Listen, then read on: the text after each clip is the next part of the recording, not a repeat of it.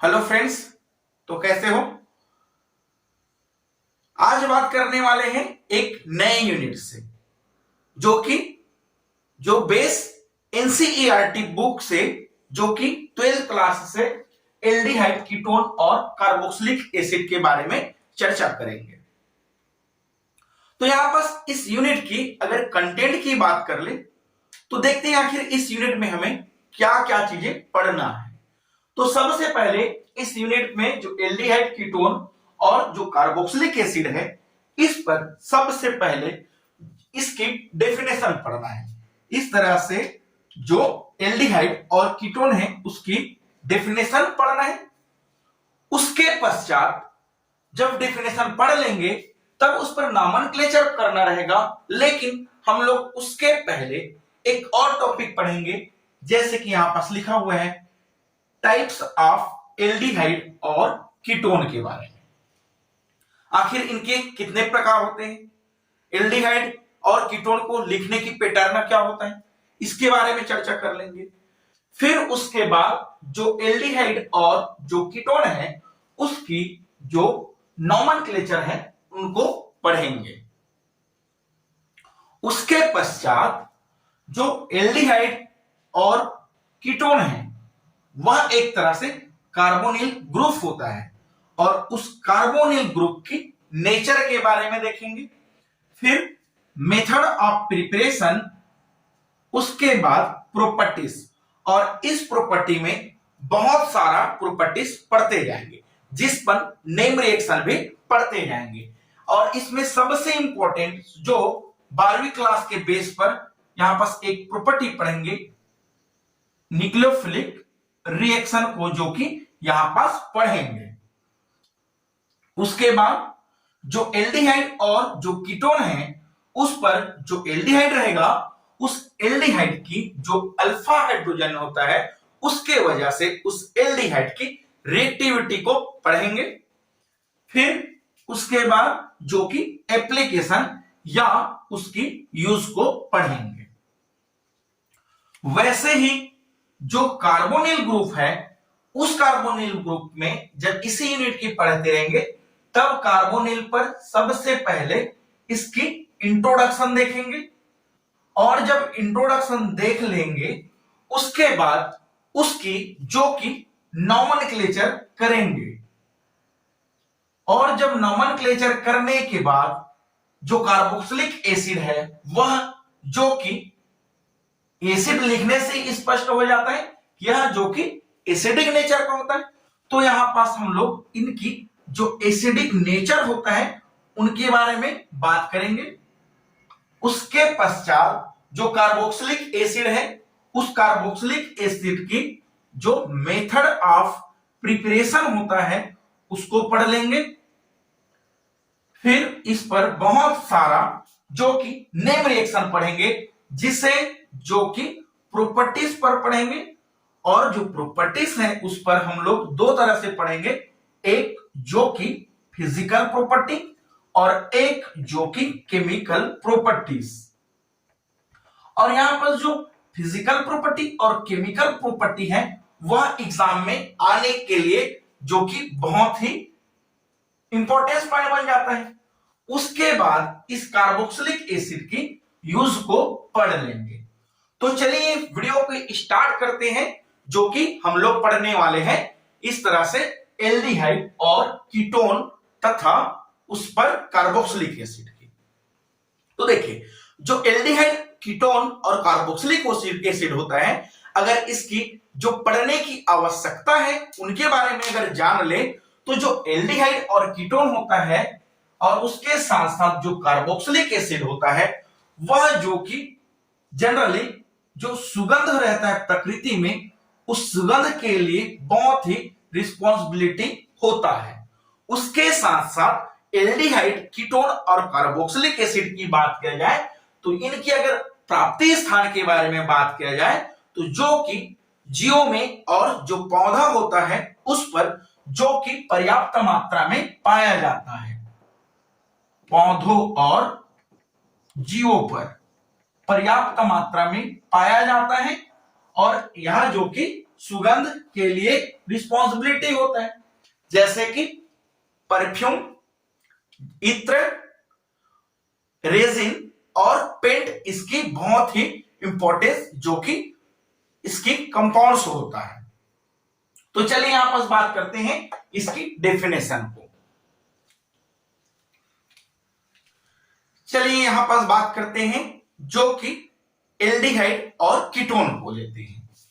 इस तरह से जो एल्डिहाइड और कीटोन के बारे में बात कर लेते हैं। तो देखिए, जो एल्डिहाइड और कीटोन होता है उसे अगर पढ़ने से पहले इस तरह से एक बार देख ले कि जो एल्डिहाइड और कीटोन होता है वह जनरली इस तरह से जो कार्बन और ऑक्सीजन होता है उसके डबल बॉन्ड के बीच में होते हैं। और इसके पहले हम लोग जो कि कार्बन और ऑक्सीजन के बीच में जो सिंगल बॉन्ड था इस तरह से सिंगल बॉन्डेड वाला, उस सिंगल बॉन्ड वाले को दो तरह से पढ़े थे। एक तो बात किए थे इस पर जो कि एल्कोहल पढ़े थे, और उसके बाद इस पर जो कि इस तरह से ईथर को जो कि पढ़ लिए थे। लेकिन अब बात करने वाले इस तरह से जो कार्बन और ऑक्सीजन होते हैं इस पर जो कि डबल बॉन्ड होता है, और डबल बॉन्ड जब कार्बन और ऑक्सीजन में हो तब उसे जो कि कार्बोनिल कहा जाता है। तब इस तरह से जो कार्बोनिल होता है वह जो कि अनेक प्रकार से होता है। जैसे कि इस तरह से बात कर ले, सबसे पहले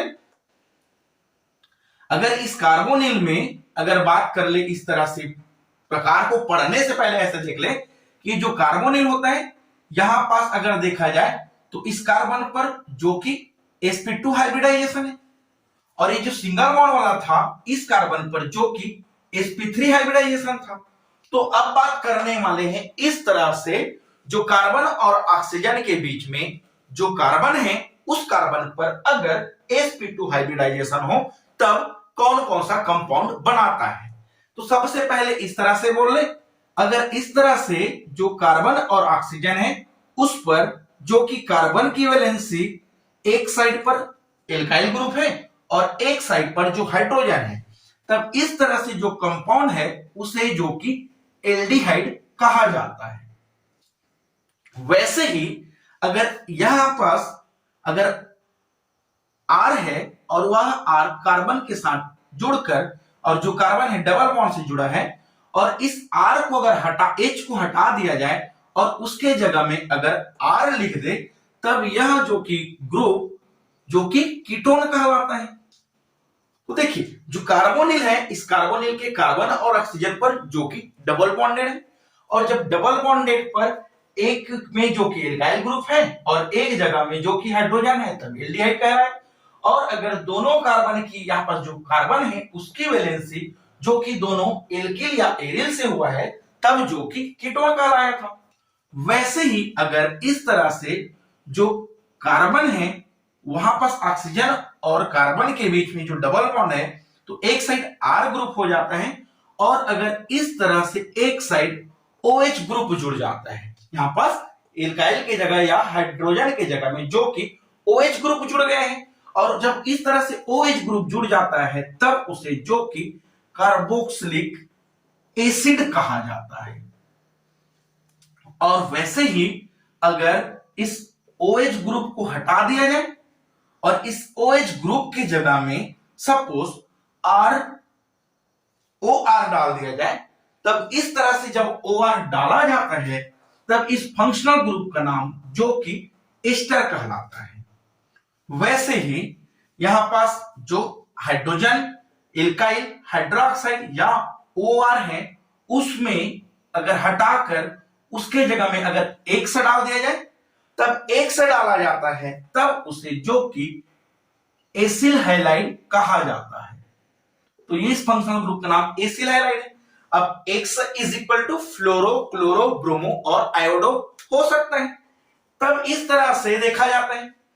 और वैसे ही अगर इस X को बाहर निकाल दिया जाए और यहां पास जो कि X के जगह में NH2 लिख दिया जाए तब इसे जो कि एसिड एमाइड कहा जाता है, जो कि यह फंक्शनल ग्रुप बना लेता है।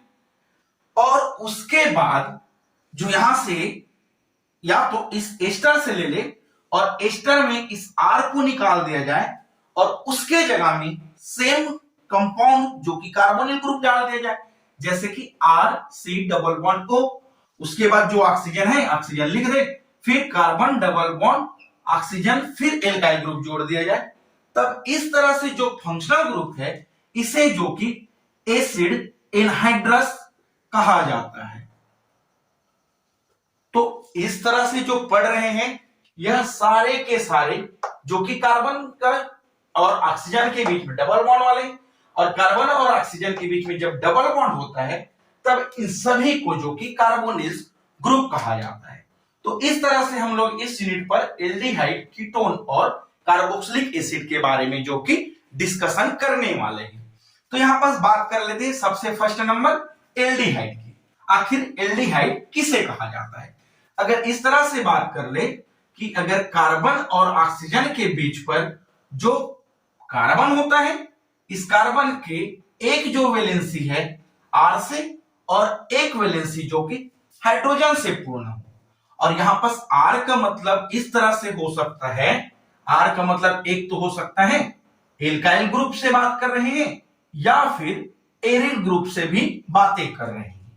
तब इस तरह से कार्बोनिल ग्रुप पर अगर एक कार्बन की वैलेंसी एल्काइल या एराइल ग्रुप से और एक कार्बन की वैलेंसी जो कि हाइड्रोजन से कंप्लीट हो, तब इस कंपाउंड को जो कि एल्डिहाइड कहा जाता है। वैसे ही अगर बात कर ले, जो कार्बोनिल का कार्बन और ऑक्सीजन के बाद जो कार्बन होता है उस कार्बन की एक वैलेंसी एल्काइल से और दूसरा वैलेंसी हाइड्रोजन के जगह में वो भी एल्काइल से पूर्ण हो, तब इस तरह से कार्बन की दो एल्काइल से पूर्ण होने से इस ग्रुप का नाम जो कि कीटोन होता है। तो इस तरह से इनकी डेफिनेशन लिखा जा सकता है। डेफिनेशन इस तरह से कह सकते हैं कि अगर कार्बोनिल पर जो कार्बन है उसकी जो वैलेंसी है एक कार्बन से और एक जो कि हाइड्रोजन से फुलफिल हो, तब उसको जो कि एल्डिहाइड कहा जाता है। और अगर एक जो कार्बन के साथ साथ जो यहां पास कार्बन और ऑक्सीजन जो कार्बोनिल है उसमें जो कार्बन उपस्थित है उसकी जो वैलेंसी दो कार्बन के साथ पूर्ण हो, तब उसे जो कि कीटोन कहा जाता है। और इस तरह से जो एल्डिहाइड और कीटोन है इसकी यहां पास फार्मूला इस तरह से लिखा जा सकता है। तो इनकी फार्मूला इस तरह से लिख ले, CnH2nO, जो कि एल्डिहाइड और कीटोन की जो कि फार्मूला होता है।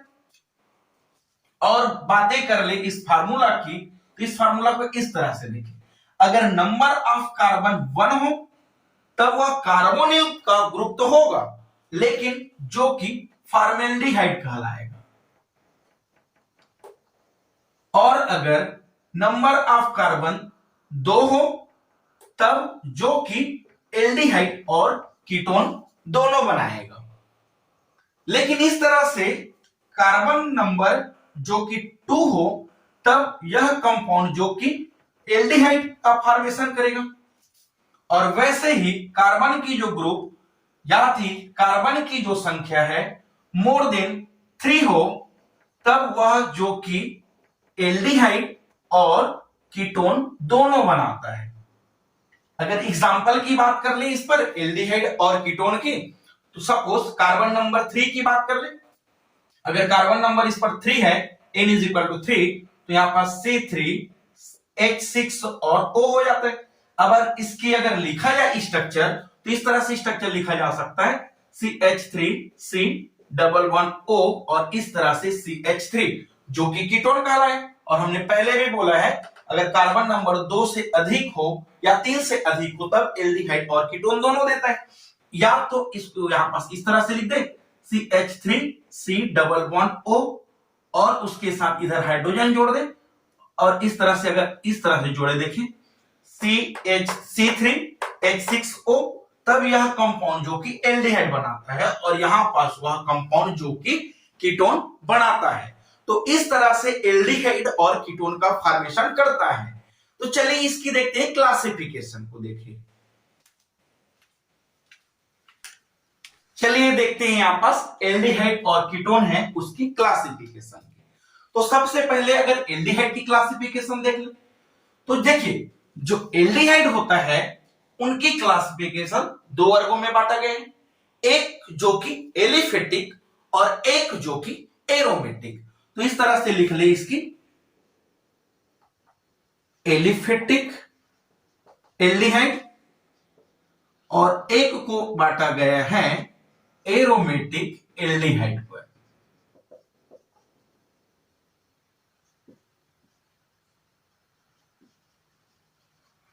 इसकी अगर टाइप्स के बारे में बात कर ले या तो इनकी एग्जांपल देख ले तो अगर एलिफेटिक एल्डिहाइड, अगर एल्डिहाइड की अगर बात किया जाए तो इस तरह से एल्डिहाइड का फंक्शनल ग्रुप होता है। यहां पास भी एल्डिहाइड का इस तरह से फंक्शनल ग्रुप जो कि होता है। और इस एल्डिहाइड में अगर यह आर ग्रुप अगर एरिल हो, सॉरी अगर यह आर ग्रुप अगर एल्काइल हो या एल्काइल हो और एल्काइल में जो कि एल्केन एल्किन और एल्काइन इस पर आता है तब यह कंपाउंड जो कि एलिफेटिक में रह जाएगा। एग्जाम्पल CH3 जो कि एल्केन है और इस एल्केन का अगर इस तरह से जुड़ जाए तब जो कि एलिफेटिक एल्डिहाइड कहलाता है। एरोमेटिक की बात कर ले तो यहां पर जो R है वह R जो कि AR जैसे कि एरोमेटिक होना चाहिए, जिससे R का मतलब यहां पर इस तरह से होना चाहिए। एराइल ग्रुप की बारे में बात करते हैं और एराइल की बात कर ले तो सबसे पहले एराइल जो कि बेंजीन होता है और इस तरह से suppose C6H5 CH double bond O इस तरह से रह जाता है तब यह कंपाउंड जो कि एरोमेटिक एल्डिहाइड कहलाता है। वैसे ही अगर टाइप्स इस तरह से कीटोन की पढ़ ले तो जो कीटोन होता है वह भी दो तरह से होता है, एक जो कि एलिफेटिक कीटोन और एक होता है जो कि एरोमेटिक कीटोन होता है। लेकिन यहां पास एरोमेटिक और एलिफेटिक की बात कर ले तो इनकी एग्जांपल इस तरह से होता है, अगर दोनों ऑक्सीजन और कार्बन के बीच पर जो कार्बन है उसकी वैलेंसी दोनों R से कंप्लीट हो तब वह जो कि कीटोन कहलाता है। और यहां पास जो R है यह R जो कि अगर एल्काइल हो तब वह एलिफेटिक कहलाता है और अगर वह R जो एरिन हो तब जो कि एरोमेटिक कहलाता है। और यहां पास जो एलिफेटिक कीटोन होता है वह दो प्रकार के होता है, एक जो कि सिमेट्रिक एलिफेटिक कीटोन और एक होता है जो कि सिमेट्रिक एलिफेटिक और कीटोन होता है। वैसे ही बात कर ले एरोमेटिक कीटोन की तो एरोमेटिक कीटोन भी दो तरह से होता है, एक जो कि सिमेट्रिकल होता है और एक जो कि अनसिमेट्रिकल होता है। देखिए सिमेट्रिकल का मतलब इस तरह से बात कर ले, अगर यहां पास R C डबल बॉन्ड के साथ ऑक्सीजन जुड़े और यहां पास जो R है वह एराइल हो और दोनों अलग अलग हो। एग्जांपल जैसे कि CH3 C C2H5 की बात कर ले तब यह कंपाउंड जो कि एलिफेटिक है और उसके साथ साथ यहां पास अगर बात कर ले सेम मॉलिक्यूल्स हो, देखिए सेम मॉलिक्यूल्स होने से क्या हो रहा है, सिमेट्रिकल हो रहा है। और अगर जो R ग्रुप है वहां पास CH3 और एक होता है C2H5 तब यहां पास डबल अलग अलग मॉलिक्यूल्स हैं और जब अलग अलग मॉलिक्यूल्स होता है तब उसे अनसिमेट्रिकल एलिफेटिक कीटोन कहा जाता है। वैसे ही सिमेट्रिकल एरोमेटिक कीटोन की बात कर ले तो यहां पास जो R ग्रुप है वह R ग्रुप जो कि सेम होना चाहिए, जैसे कि एरोमेटिक बेंजीन तब यह सिमेट्रिकल हो जाता है।